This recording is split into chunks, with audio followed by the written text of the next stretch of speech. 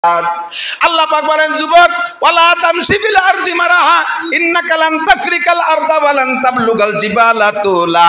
তুমি ওইভাবে জমিনের উপর দিয়ে অহংকারের সাথে হেঁটো না, গুতা মেরে চলো না, ওইভাবে দাম্ভিকের সাথে চলো না। তুমি পাহাড়ের সমান লম্বা হয়ে যাইতে পারো নাই, তোমার পায়ের ধাক্কায় এক ফুট মাটিও মাটির থেকে রাস্তা থেকে সরে না। তবে যদি ওইভাবে চলো আবার সহ্য হয় না। ওয়ালা তামশি ফিল আরদি মারাহা ইন্নাল্লাহা লা ইউহিব্বু কুল্লা মুখতালিন ফাকুর। অহংকারীকে আল্লাহ পছন্দ করে না। আদব তাজস্তে আজ লুৎফে ইলাহি বেনে বরসার বেরো হর যাকে খাহি। আদবের টুপি মাথায় পরে যে জায়গা যাবা সম্মান শ্রেণী ঘর ভালোবাসা পাবা। হাংবং মোটরসাইকেল একখান কিনছো, ওর পিছনে মহিলা একটা বসাইয়া রাস্তায় দিয়ে যুবকরা যেভাবে চলে এমনি একা একা মোটরসাইকেল চললে এক গতিতে চলে। আর পিছনে যদি একটা বসায় তার নাম রাখছি আমি পাওয়ার ব্যাংক। পাওয়ার ব্যাংক ছিলেন না, ওই কারেন্ট চলে গেলে পাওয়ার ব্যাংকে চার্জ দিয়ে লাগলে পরে চার্জ দিয়ে দেয়, এটা হলো পাওয়ার ব্যাংক। পিছনে আধা ল্যাংটি মহিলা একটা যুবক যুবতী এ বসাইলে বিশ্বর বাঙ্গার থেকে যদি ডাকাত দিক হয় 4 লেন 6 লেন, আরে কপাল ওর খালি পাওয়ার দিতে থাকলো, খালি মুড়াতি তালে তাই মোর গড় ডাকে কোথায় যায়? রাস্তায় মাটি রাস্তা, বুড়ো মানুষ হেঁটে যাচ্ছে, যুবক মোটর সাইকেল নিয়ে বুড়োর ধারে যাই আর একটা ঝাঁকি মারে, একটু পিক আপ বাড়ায় দেয়। এমন ভাবে পিক আপ দিয়েছে রাস্তা ধুলোবালি, বুড়োর সোহে যাইয়ে গোলা পোলা দিয়ে বুড়ো গড়ে খালি খালের মধ্যে চলে গেছে। লুঙ্গিটা গাছের সাথে বাঁধিয়ে দিয়েছে। বুড়ো খালের মধ্যে যাইয়ে আল্লাহ রেখেছে, আল্লাহ আমার কি মরার ডেট ফেল হয়ে গেছে নাকি? আমি যাকে অতি দেখছি তারা মরিয়ে সাফ হয়ে গেল, আমি এখনো বাইসে রয়েছি, আমি আর কতদিন বাঁচবো? আল্লাহ কে সমস্যা কি? দেখলে নাই যে পাঙ্কু কি রেতিয়ে গেল। আল্লাহ কয় না, তোমার মরার ডেট ফেল হইলে আরো 15 বছর থাকতে হবে। তুমি মসজিদে আজান দাও না মুয়াজ্জিন না? বুড়ো বলে জি, আমি তো আমাকে মসজিদের মুয়াজ্জিন। তোমাকে মসজিদে এখনো মুয়াজ্জিন তৈরি হয়নি, আর একটা মুয়াজ্জিন হওয়া পর্যন্ত তোমার বাঁচিয়ে থাকতে হবে। থাকবো কি রে? পাঙ্কুকে মোটর সাইকেলে জাকির ঠেলায় তো টিকতেই পারি না। আল্লাহ কয় ওগুলো ফেলাই দিচ্ছি, ওগুলো ফেলাই দিচ্ছি। বুড়ো জাড়িয়ে জুড়িয়ে উঠে লুঙ্গি পরে একটু আগায় যায়, দেয় যে রাস্তার মোড়ের উপরে লোকজন জড়সড় আর কান্নাকাটি। কি খবর কি খবর? কয় যে এত সুন্দর একটা ছেলে, এত রাজপুত্র মতো, তার পিছনে একটা পাওয়ার ব্যাংক, আর সেই বালির ট্রাকের সাথে লাগিয়ে ছেলেটার মাথা চলে গেছে খালের মধ্যে। আর এই যে বডি পড়ে রয়েছে এখানে, পাওয়ার ব্যাংক খালের মধ্যে চিতে পড়ে রয়েছে, মোটর সাইকেল কার চাকার সাথে জড়াই রয়েছে। এই জায়গা দুইটাই শেষ। বুড়ো কয় আল্লাহ তুমি এত তাড়াতাড়ি দোয়া কবুল করো তা তো জানি না। अल्लाहु अकबर की चश्मे जदन गाफिल जा शाह नबाशी शायद के नेगा कुनदा गाह नबाशी। ओ যুবক বিয়াদবি করিস না, শিকায়াত কুনাদ হার। এই স্কুল কলেজ মাদ্রাসা সালোরে ছেলেরা শুনে নাও, শিকায়াত কুনাদ হার কে উস্তাদেরা গ্রেফতারে বাসাদে বালাচারেরা। শিকায়াত কুনাদ হার কে উস্তাদেরা গ্রেফতারে বাসাদে বালাচারেরা। একে আকে ইলমা সে ফরামুশ সওয়াদ দেগার তঙ্গে রুজি বা দুনিয়া সওয়াদ। सुआमा के शख्सा से बेमीरत जवा चाहरम बे ईमा रवा दस जहा। अल्लाहु अकबर। উস্তাদের সাথে যদি বিয়াদবি করো, স্কুলের ছাত্র হও আর মাদ্রাসার ছাত্র হও, কলেজের ছাত্র হও, বিশ্ববিদ্যালয়ের ছাত্র হও, জামিয়া হাটাজারির ছাত্র হও আর দেওবান্দের ছাত্র হও, মদিনা ভার্সিটির ছাত্র হও আর উম্মুল কুরার ছাত্র হও, উস্তাদের সাথে বিয়াদবি করলে, মুরব্বীদের সাথে বিয়াদবি করলে 4টি বালা 4টি বিপদ অনিবার্য, 4টি বিপদ অনিবার্য। উস্তাদের মেনে নিবা কেমন? হযরত আলী বলেন মান আল্লাহ মানে হারবান ফাগুয়া মাওলায়া, যে আমারে একটা অক্ষর শিক্ষা দিয়েছেন তিনি আমার মালিক, আমি তার গোলাম। উস্তাদ আমার মালিক, আমি তার গোলাম। ইনশা আবানি, মালিকে যেমন গোলাম হিসেবে গোলামকে বিক্রি করতে পারে, আমার উস্তাদ আমার ওই রকম বিক্রি করতে পারে। ওয়া ইনশা আতাকানি, আর মালিকে যেমন গোলামরা স্বাধীন করে দিতে পারে, আমিও লেখাপড়া শেষে আমার উস্তাদ আমার স্বাধীন করে দিতে পারে, বাবা যাও যা খুশি করে খাও। ওয়া ইনশা ইস্তারাকানি, মালিকে যেমন গোলামকে বাড়ি আটকায় রাখতে পারে, জীবন ভরে আমার বাড়ির কাজ করবি। উস্তাদ আমার একটা অক্ষর শিক্ষা দিয়েছেন, তিনি আমার উস্তাদ যদি চায় আমারে তার বাড়ির কাজের লোক হিসেবে গোলাম হিসেবে রেখে দিতে পারে। উস্তাদ আর ছাত্রের ভিতরে এমন একটা সম্পর্ক রাখতে হবে। এই উস্তাদের সাথে বেয়াদবি করো, একটা পিটেন দেশে বাড়ি যে বলে দেছো, বাড়ির বাপ ভাই এসে হুজুরে গলা চিপে ধরছে, হুজুর। যারা আসছেন ওই ছেলেটার কথা শুনে উস্তাদের কাছে অ্যাকশন নিতে, আপনারা নিজে হাতে নিজের সন্তানের পায়ে কুড়াল মারছেন। সন্তানের জীবন শেষ। এবার উস্তাদদের পরে একটু পরে বলবো, আগে গার্জিয়ানরা বুঝে নেন আর ছাত্ররা বুঝে নাও। উস্তাদ যদি গায়েরটা পিটান পাটান দেয়, শক্ত কথা বলে, তুমি যদি নিজে হাতে অ্যাকশন নাও অথবা ভাই বিরাদার ডেকে আনো, আল্লাহর কসম তুমি 4 বিপদের 1 বিপদে পড়বা। একে ইলমা সে ফরা মুসাবাদ, 1 নম্বরে একদিক দিয়ে পড়বা আর একদিক দিয়ে ভুলে যাবা, একদিক দিয়ে পড়বা আর একদিক দিয়ে ভুলে যাবা, কিচ্ছু মনে রাখতে পারবা না। যদি লেখাপড়া শিখে পাস করিয়ে যাও, 2 নম্বর বিপদ, একে আলমাস ফারা মুসাবাদ দেখার তঙ্গে রুজি বা দুনিয়া সবাদ। তোমার রেজাল্ট একেবারে A+ গোল্ডেন A+। তুমি যেখানে চাকরিতে যাবা, রিটেনে জিতলেও ভাই ভাই টিকতে পারবা না, রিটেনে টিকলেও ভাই ভাই টিকতে পারবা না। তোমার চাইতে নর্মালরা ভালো পজিশনে চাকরিতে চলে যায়, তুমি সব জায়গা ফেল আর ফেল। মাইর খাইছো কোন জায়গা জানো না, প্রাইমারির উস্তাদের সাথে বেয়াদবি করেছ অথবা হাই স্কুলের উস্তাদের সাথে বেয়াদবি করেছ, কলেজের প্রফেসর একজন হিন্দু মাস্টার, তার প্রফেসর হরিপদ, তার সাথে বেয়াদবি করেছ। হোক সে হিন্দু উস্তাদ, কেন বেয়াদবি করেছ? তার বদদোয়ার কারণে তোমাকে আল্লাহ এইভাবে অপমান করতেছে, তোমাকে এইভাবে পরাজিত করতেছে। 2 নম্বরে তুমি রুজির অভাব কাটবে না। এরপরে যদি চাকরি পাইও যাও, ব্যবসা বাণিজ্য করে শিল্পপতি হয়েও যাও, তুমি খাইতে পারবা না, খাতি পারবা না। কয় কিনি দি কত, বাজারে পদ্মার ঘাটের বড় বড় মাছ আমরা কিনি, খাতি পারবো না। কয় ও খাওয়া না, তোর সব খানা ব্রেক করে দেবে। ডাক্তারে বলবে ইলিশ খাইতে পারবা না, শৈল খাতি পারবা না, কই খাতি পারবা না, জিয়াল মাছ খাতি পারবা না, চর্বিওয়ালা মাছ খাতি পারবা না, বড় কোনো মাছ খাবা না, খাসি গরু মুরগি খাতি পারবা না, আরে কোনো ডিম খাবা না, কলা খালি অর্ধেক খাবা, পুরো কলা খাতি পারবা না। সকালে খাবা একটু সাদা যাও, দুপুরে খাবা 100 টাকসালি ভাত, রাত্রি খাবা 1 খান রুটি, সব ব্রেক। মিষ্টি খাইছো জম্মের কা, আর খাতি পারবা না। ও দোকানের সামনে দিয়ে আটলেও ডায়াবেটিস 28।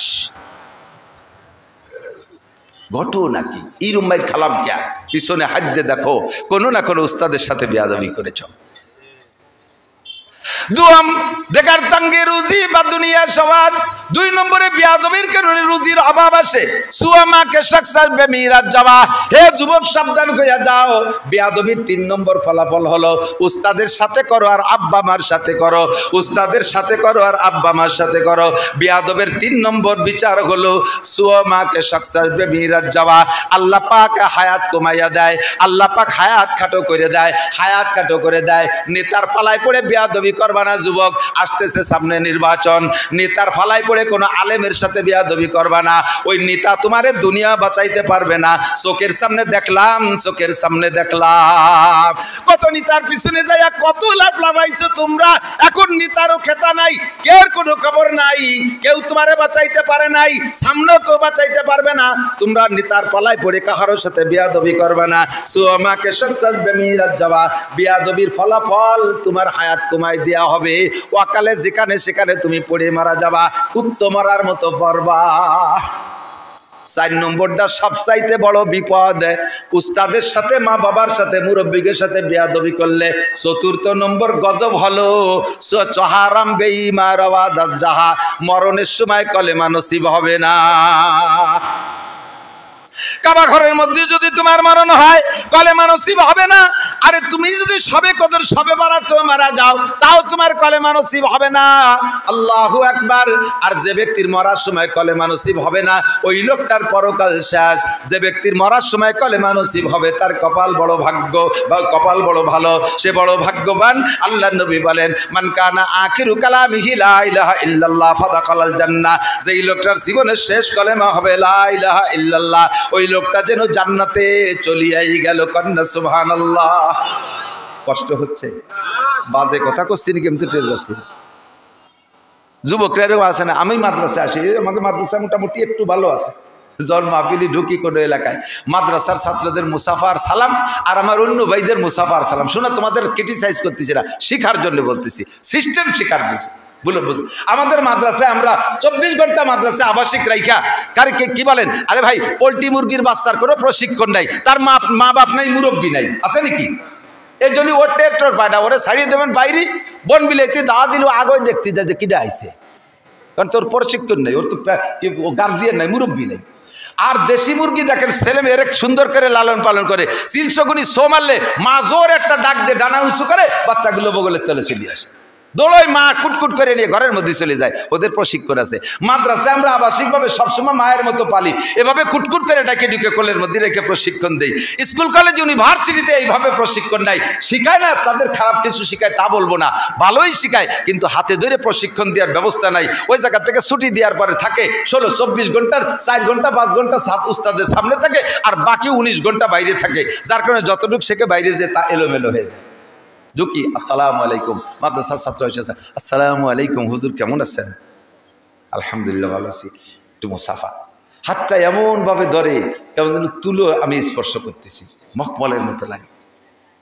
আর আমার অন্য বাইরে সালাম দেয়, সালাম হুজুর, কি কইছে তার সাইকম হুজুর, সাইকম হুজুর, সৌকম হুজুর, এরকম হুজুর একটা হাত বাড়ায় হ্যান্ডশেক করি, একটা হাত বাড়াইছে হ্যান্ডশেক করতে, বড় এক 6 ফুটে 7 ফুটের জুয়ার, সে আমার হাতটা খোট্টা একটা টান দিয়েছে, এগুলো হাতে খুলে গেছে, এমন ভাবে চিপ দিয়েছে আমার নরম হাত মর করে উঠছে। আদব শিক্ষার অভাব আছে, আদবের অভাব আছে। প্রশিক্ষণ নেন, সালাম শেখেন, কথাবার্তা বলা শেখেন। আসসালামু আলাইকুম রহমতুল্লাহ, হজরত কেমন আছেন, কি খেদমত করতে পারি, কোত্থেকে এসেছেন, হুজুর কি দুটো কথা বলার সুযোগ আছে? ফোনে কথা বলতে গেলে ফোনও শিয়েই, আমি তো 1 বছর ফোন শিয়েছি খালি হজের মধ্যে, আজও ফোন শিয়েতে পারলাম না। আজকেও একজন ফোন দিকে, সালাম আলাইকুম হুজুর, জি ওয়ালাইকুম আসসালাম, হুজুর 12 তারিখে একটা ডেট খালি আছে। কি দাওয়াত দিয়েছে হজের ডেট? 12 তারিখে একটা ডেট খালি আছে। প্রত্যেক মাসে একবার 12 তারিখ আছে না? কোন বছর, কোন মাস, কোন জায়গা, কি ডাক, কিচ্ছু ডাকে, হুজুর 12 তারিখে একটা ডেট খালি আছে। আমি বললাম যে আছে, কয়টা লিয়ে তুইন হজের দাওয়াত দিস, কিচ্ছু কয়া কই নাই। আমি বললাম যে তুমি যেভাবে দাওয়াত দিলে আমি তাই যাবো কোন জায়গা, কোথায় যাই উঠবো তোমারে? ও হুজুর তা তো কিছু মনে নাই। সবকিছু শিখতে হবে। আল্লাহু আকবার। তো কি বলতে যে অনেক দূর সরে চলে আসছি। আদব বড় দামি জিনিস, আদব বড় দামি জিনিস। কথা বলেন মুরব্বীদের সাথে।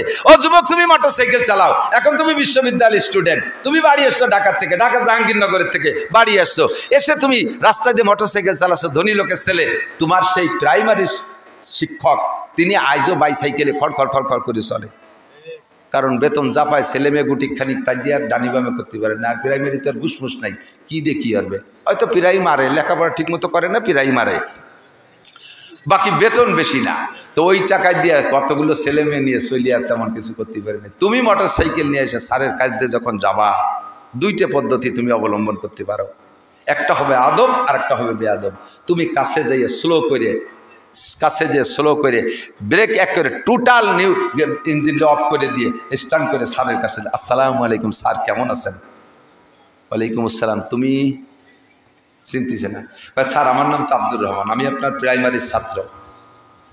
কোন আব্দুর রহমান? কয় আমার আব্বার নাম আব্দুল খালেক, আমার দাদার নাম আব্দুল কাদের, ওই যে মুস্কুন্নি বাড়ি। ও তুই এত বড় হলি কবে? স্যার আমি এখন বিশ্ববিদ্যালয়ে পড়ি, আমি প্রত্যেক ক্লাসেই ফার্স্ট ক্লাস ফার্স্ট। স্যার আমি তো একটু আব্বার জন্য ভাঙ্গা ওষুধ আনতে যাবো, একটু আমি কি যাবো স্যার?